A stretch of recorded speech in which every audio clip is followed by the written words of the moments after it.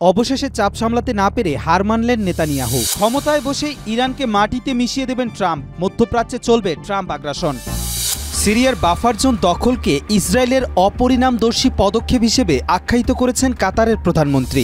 মুখোমুখি অবস্থানে Biden Trump. গাজায় যুদ্ধবিরতির কর্তৃত্ব দাবি করলেন দুজনই। তাহলে গাজায় যুদ্ধবিরতির কর্তৃত্ব কার? ইরান, চীন, রাশিয়ার মতো নিজেদের সামরিক সক্ষমতা বাড়াতে যাচ্ছে ন্যাটো। যুদ্ধবিরতি চুক্তি যখন প্রায় চূড়ান্ত, তখন বিতর্কিত মন্তব্য করলেন ডোনাল্ড ট্রাম্পের হবু প্রতিরক্ষামন্ত্রী পিট হেগসেথ। বললেন হামাসের শেষ সদস্যকে ধ্বংস ও হত্যা করার সমর্থন করেন তিনি। অবশেষে চাপ সামলাতে না পেরে হার মানলেন নেতানিয়াহু। হামাসের দাবি গাজায় সামরিক লক্ষ্য অর্জনে ব্যর্থ ইসরায়েল। গাজা যুদ্ধে ইসরায়েল সামরিক লক্ষ্য অর্জনে ব্যর্থ হয়েছে বলে মন্তব্য করেছেন হামাসের সিনিয়র নেতা খলিল আল হাইয়া। 15 জানুয়ারি ইসরায়েলের সঙ্গে যুদ্ধবিরতি চুক্তি সম্পর্কে দেয়া এক বিবৃতিতে এ মন্তব্য করেন যুদ্ধবিরতি নিয়ে হামাস প্রতিনিধি দলের নেতৃত্ব দেয়া খলিল।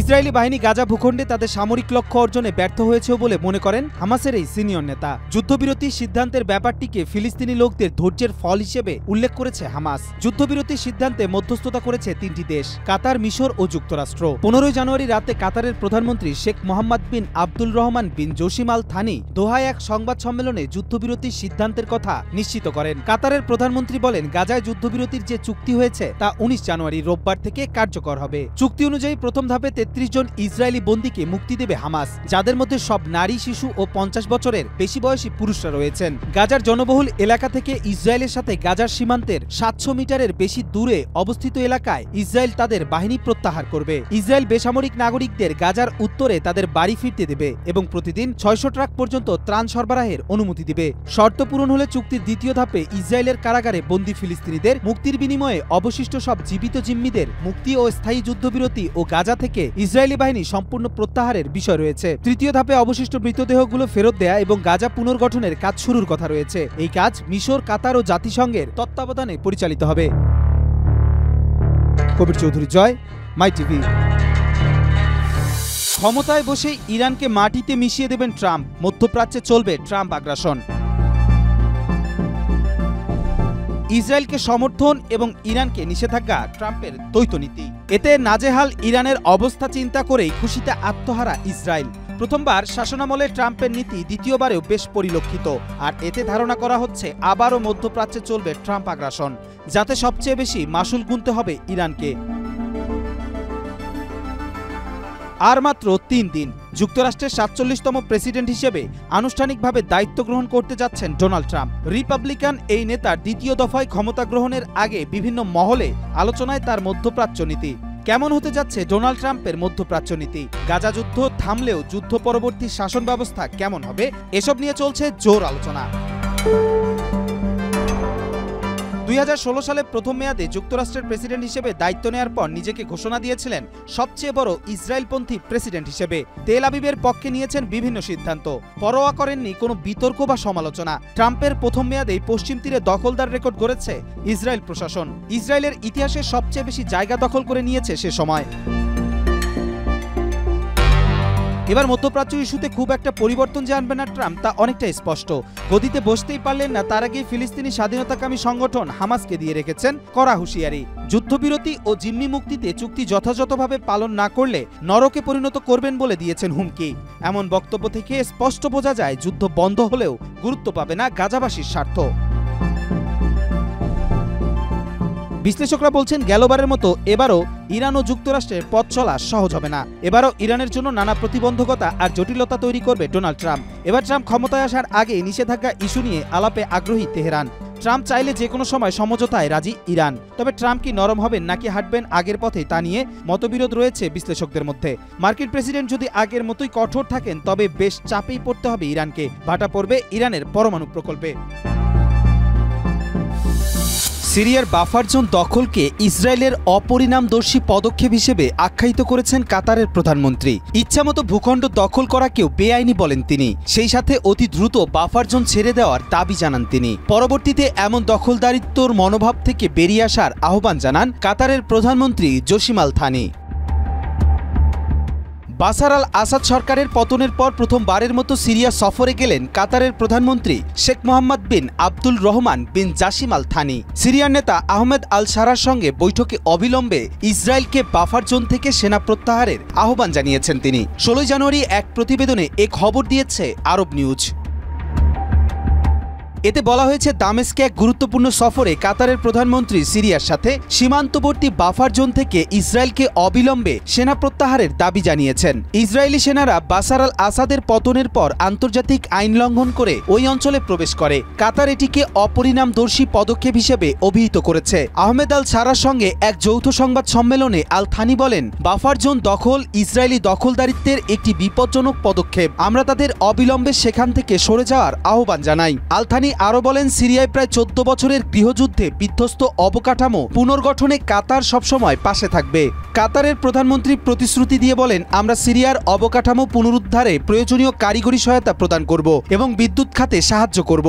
এছাড়া কাতারের শীর্ষ নেতা ঘোষণা করেন, কাতার সিরিয়াকে 200 মেগাওয়াট বিদ্যুৎ সরবরাহ করবে, যা ধাপে ধাপে বাড়ানো হবে। আমরা আমাদের সিরিয়ান ভাইদের সঙ্গে ভবিষ্যৎ অংশদারিত্বের জন্য সহযোগিতার হাত বাড়িয়ে দিচ্ছি। এই ঘোষণাগুলো মধ্যপ্রাচ্যের এই অঞ্চলে কাতারের ইতিবাচক ভূমিকা ও সংকট নিরসনে তাদের সহায়তার প্রতিশ্রুতি পুনর্ব্যক্ত করে। ইসরায়েল সিরিয়া সীমান্তে 235 বর্গ কিলোমিটারের বাফার জোনটি 1974 সালে ইসরায়েল ও সিরিয়ার মধ্যে বিচ্ছিন্নকরণ চুক্তিতে প্রতিষ্ঠিত হয়েছিল, যা ইয়ম কিপ্পুর যুদ্ধের সমাপ্তি ঘটায়। কয়েক দশক ধরে জাতিসংঘ শান্তিরক্ষীদের দ্বারা পরিচালিত হয়েছে। মুখোমুখি অবস্থানে বাইডেন ট্রাম্প। গাজায় যুদ্ধবিরতির কর্তৃত্ব দাবি করলেন দুজনই। তাহলে গাজায় যুদ্ধবিরতির কর্তৃত্ব কার? প্রায় 15 মাস পর ভয়াবহ সংঘাতের পর গাজা উপত্যকায় যুদ্ধবিরতি চুক্তি সম্মত হয়েছে ইসরায়েল এবং উপত্যকা নিয়ন্ত্রণকারী গোষ্ঠী হামাস। আর এই চুক্তির কর্তৃত্ব দাবি করছে যুক্তরাষ্ট্রের বিদায়ী প্রেসিডেন্ট জো বাইডেন এবং আসন্ন প্রেসিডেন্ট ডোনাল্ড ট্রাম্প উভয়ই। এ উপলক্ষে নিজেদের সামাজিক যোগাযোগ মাধ্যম ট্রুথ সোশ্যালে উচ্ছ্বাস প্রকাশ করেছেন যুক্তরাষ্ট্রের প্রেসিডেন্ট নির্বাচনে জয়ী ডোনাল্ড ট্রাম্প। পাল্টা প্রতিক্রিয়াও জানিয়েছেন বাইডেন। তিনি বলেছেন, এই যুদ্ধবিরতির 3টি স্তর বা পর্যায় রয়েছে। প্রথম স্তরে রাফা সহ গাজার অন্যান্য জনবহুল এলাকাগুলো থেকে সেনাদের প্রত্যাহার করে নেওয়া হবে। ইসরায়েলের বিভিন্ন কারাগারে বন্দী প্রায় 1000 ফিলিস্তিনির মুক্তি বিনিময়ে নিজেদের কবজায় থাকা জিম্মিদের একাংশে মুক্তি দেবে হামাস। এ দফায় যেসব জিম্মিদের মুক্তি দেয়া হবে তাদের মধ্যে বয়স্ক ও নারীরা প্রাধান্য পাবেন। এদিকে প্রায় একই সময়ে নিজের সামাজিক যোগাযোগ মাধ্যম ট্রুথ সোশ্যালে এক পোস্টে ট্রাম্প বলেন, মধ্যপ্রাচ্যে যারা জিম্মি অবস্থায় আছেন তাদের মুক্ত করতে আমরা একটি চুক্তি করতে পেরেছি। শিগগিরই তারা মুক্তি পাবেন। আপনাদের সবাইকে ধন্যবাদ। তিনি আরও বলেন, 2023 সালের অক্টোবরে গাজায় যুদ্ধ শুরু হওয়ার সংবাদ শুনে আমি রীতিমতো কেঁপে উঠেছিলাম, কারণ জিম্মিদের মধ্যে অনেক মার্কিন নাগরিক ছিলেন। ইরান, চীন, রাশিয়ার মতো নিজেদের সামরিক সক্ষমতা বাড়াতে যাচ্ছে ন্যাটো। সামরিক সক্ষমতা বাড়াচ্ছে ইরান, রাশিয়া, চীন আর উত্তর কোরিয়া। এর মধ্যে সমরাস্ত্র আর সেনা সক্ষমতা বাড়ানোর প্রস্তুতি নিতে শুরু করেছে ন্যাটোভুক্ত অনেক দেশ। এসব দেখে ন্যাটো প্রধানও মনে করছেন, নিজেদের মধ্যে দ্বন্দ্ব না বাড়িয়ে ন্যাটোর উচিত সামরিক সক্ষমতা বাড়ানো। প্রয়োজনে রাশিয়ার ভাষায় শিখে ফেলতে হবে বলছেন তিনি। ন্যাটো প্রধান মার্ক রুট বলেন, মিত্রদের সঙ্গে মতবিরোধ মানেই খরচ বেড়ে যাওয়া, যা ইউরোপের নিরাপত্তার জন্য হুমকি। ইউক্রেনে আগ্রাসন শুরু হওয়ার পর রাশিয়াকে নানাভাবে কোণঠাসা করতে চেয়েছে ইউরোপীয় ইউনিয়ন আর যুক্তরাষ্ট্র। তার মধ্যে জ্বালানি তেল আর প্রাকৃতিক গ্যাসের বাজারে নিষেধাজ্ঞা, বিভিন্ন দেশে রিজার্ভ জব্দ করে রাখা। ট্রাম্প ক্ষমতায় আসার আগেই রুশ জ্বালানি খাতে মার্কিন নিষেধাজ্ঞায় আরও বিপাকে পড়েছে ইউরোপ। বিশ্ববাজারে ঊর্ধ্বমুখী জ্বালানি তেলের দাম যদিও হোয়াইট হাউস তা অস্বীকার করে বলছে, গেল কয়েক বছরের মধ্যে এখনও জ্বালানির দর স্থিতিশীল। সম্প্রতি নবনির্বাচিত মার্কিন প্রেসিডেন্ট ডোনাল্ড ট্রাম্প জানান, চলমান বৈশ্বিক প্রেক্ষাপটে ন্যাটোর প্রতিটি সদস্য রাষ্ট্রকে সামরিক খাতে 5% ব্যয় বাড়াতে হবে, যদিও এর ধারে কাছে নেই কোনো দেশ। গেল বছর ইউরোপীয় কমিশন প্রস্তাব দেয় 1,500 কোটি ইউরো সামরিক খাতে ব্যয় করে ইউরোপের অস্ত্র কারখানাগুলো থেকে সমরাস্ত্র কেনার জন্য, কিন্তু জোটের সব দেশ এখনও এতে ঐক্যমতে পৌঁছাতে পারেনি। এদিকে ন্যাটোর অন্যতম প্রধান সদস্য যুক্তরাষ্ট্র, তুরস্ক, যুক্তরাজ্য ইউরোপীয় ইউনিয়নের বাইরে থাকায় আরও বিপাকে পড়েছে ইইউ। এদিকে যুদ্ধক্ষেত্রে রাশিয়ার হয়ে উত্তর কোরিয়া সেনারা লড়ছে কুরস্কে। এই ঘটনা নিয়ে রাশিয়া ইউক্রেন পাল্টাপাল্টি অভিযোগের শেষ নেই। এবার দক্ষিণ কোরিয়া আনুষ্ঠানিকভাবে জানিয়েছে, ইউক্রেনে যুদ্ধ করতে গিয়ে উত্তর কোরিয়ার 3000 সেনা সদস্য হতাহত হয়েছেন। এর মধ্যে অন্তত 300 সেনার প্রাণ গেছে। সিউল বলছে, উত্তর কোরিয়ার সেনাদের নির্দেশ দেয়া আছে ধরা পড়ার আগেই যেন তারা আত্মহত্যা করে। যুদ্ধবিরতি চুক্তি যখন প্রায় চূড়ান্ত, তখন বিতর্কিত মন্তব্য করলেন ডোনাল্ড ট্রাম্পের হবু প্রতিরক্ষামন্ত্রী পিট হেগসেথ। বললেন হামাসের শেষ সদস্যকে ধ্বংস ও হত্যা করার সমর্থন করেন তিনি, এবং এই মুহূর্তে ইসরায়েলের উচিত যুদ্ধবিরতি চুক্তি না করে হামাসকে নিশ্চিহ্ন করে দেওয়া। হেগসেথের কথার বিরোধিতা করে মার্কিন পররাষ্ট্রমন্ত্রী অ্যান্টনি বলেন, হামাসকে হারানোর স্বপ্ন বোকামি, কারণ তারা এখন অনেক শক্তিশালী। ফিলিস্তিনি প্রতিরোধ আন্দোলন হামাসকে নিয়ে বিতর্কিত মন্তব্য করেছেন ডোনাল্ড ট্রাম্পের হবু প্রতিরক্ষামন্ত্রী পিট হেগসেথ। হামাসের অবশিষ্ট সদস্য হত্যায় ইসরায়েলকে সমর্থন করেন তিনি। আগে পিট হেগসেথ মার্কিন সেনায় কাজ করেছেন, ফক্স নিউজের সঞ্চালকও ছিলেন। অতীত নানা বিতর্কের বিষয়ে 14 জানুয়ারি আইন প্রণেতারা জিজ্ঞাসাবাদ করেছিলেন পিট হেগসেথকে। প্রতিরক্ষামন্ত্রীর পদের জন্য সিনেটের সশস্ত্র পরিষেবা কমিটির শুনানিতে হেগসেথ বলেন, আমি ইসরায়েলকে হামাসের শেষ সদস্যকে ধ্বংস ও হত্যা করায় সমর্থন করি। এক প্রতিবেদনে এই খবর নিশ্চিত করেছে টাইমস অফ ইসরায়েল। প্রতিবেদন বলছে, ইসরায়েলের বর্তমান যুদ্ধের লক্ষ্য হামাসের প্রতিটি শেষ সদস্যকে হত্যা করা নয়। হামাসের প্রতিটি সদস্যকে হত্যা করার চেষ্টা হলে গাজায় অনির্দিষ্টকালের জন্য আটকে থাকবে ইসরায়েল। এতে হিতে বিপরীত হবে, কারণ 15 মাস ধরে চলা লড়াইয়ে হামাস ক্রমাগত নতুন যোদ্ধা নিয়োগ করেছে। এমনকি প্রধানমন্ত্রী নেতানিয়াহু এই বাস্তবতা স্বীকার করেছেন।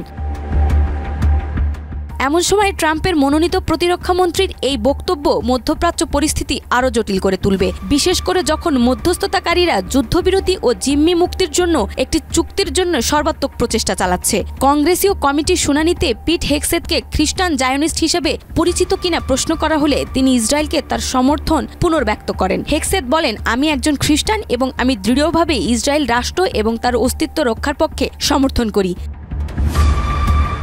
এদিকে মার্কিন পররাষ্ট্রমন্ত্রী অ্যান্টনি 14 জানুয়ারি জানিয়েছেন, চলমান সংঘর্ষে হামাস যত যোদ্ধা হারিয়েছে ততটাই নতুন যোদ্ধা নিয়োগ করতে সক্ষম হয়েছে।